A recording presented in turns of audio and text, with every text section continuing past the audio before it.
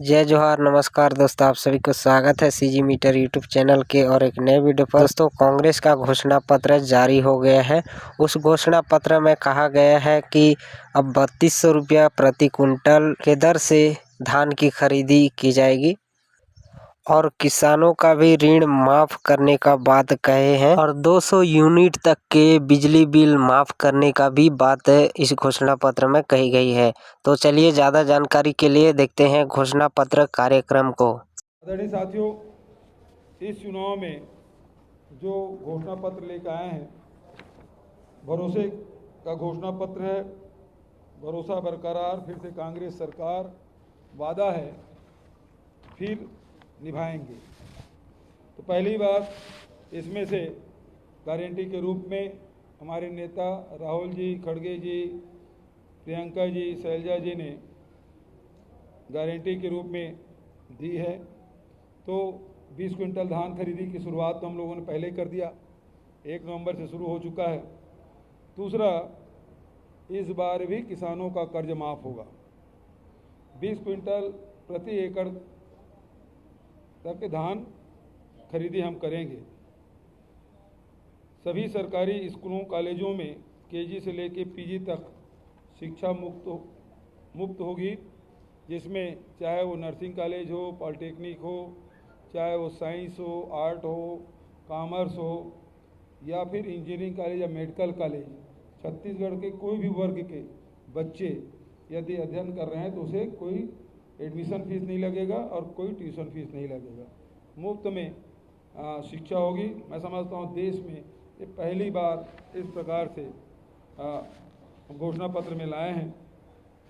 तेंदुपत्ता हम लोगों ने, राहुल जी ने 4000 हर साल अतिरिक्त देने की बात उन्होंने कही थी, लेकिन तेंदुपत्ता के जो प्रति मानक बोरा के जो दर है, अब वो 6000 प्रति मानक बोरा के होगा।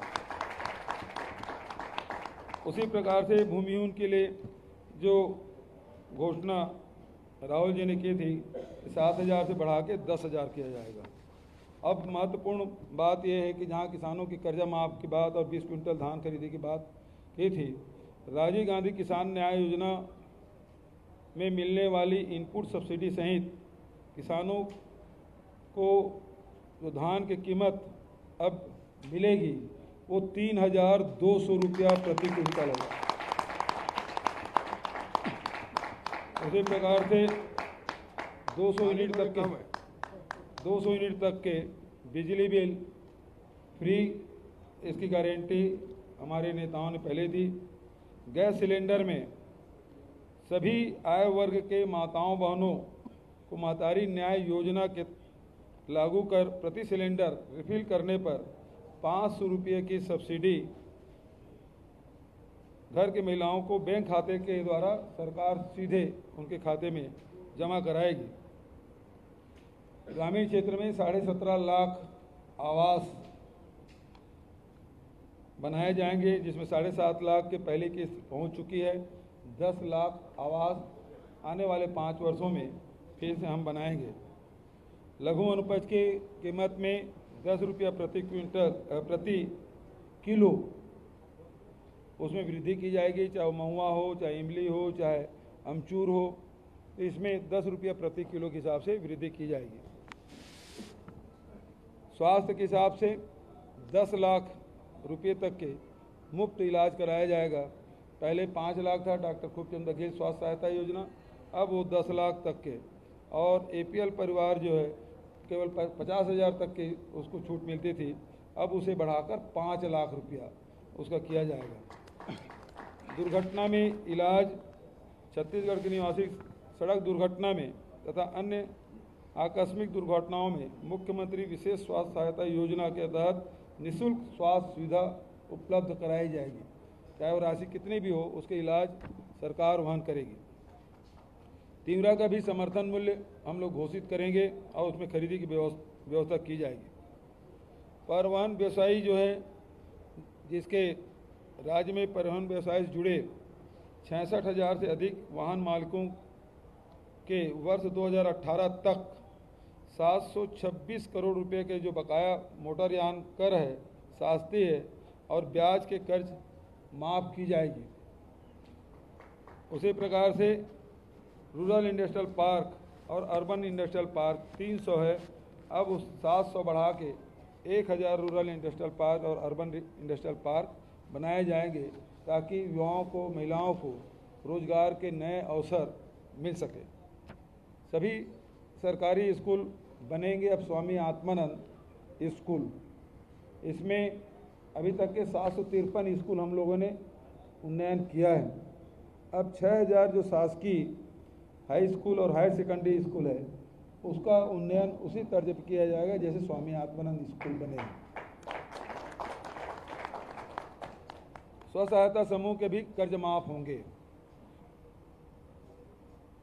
महिला स्व सहायता समूह के तथा महिलाओं द्वारा सक्षम योजना अंतर्गत लिए गए जो ऋण हैं उसे माफ किए जाएंगे। जातिगत जनगणना कराई जाएगी। अनुसूचित जाति, जनजाति, पिछड़े वर्ग, सामान्य वर्ग, अल्पसंख्यक सभी की जाति जनगणना कराई जाएगी।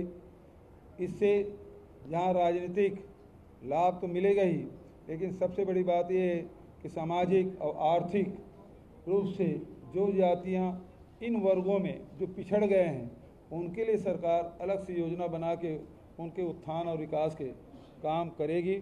ये महत्वपूर्ण है जातिगत जनगणना।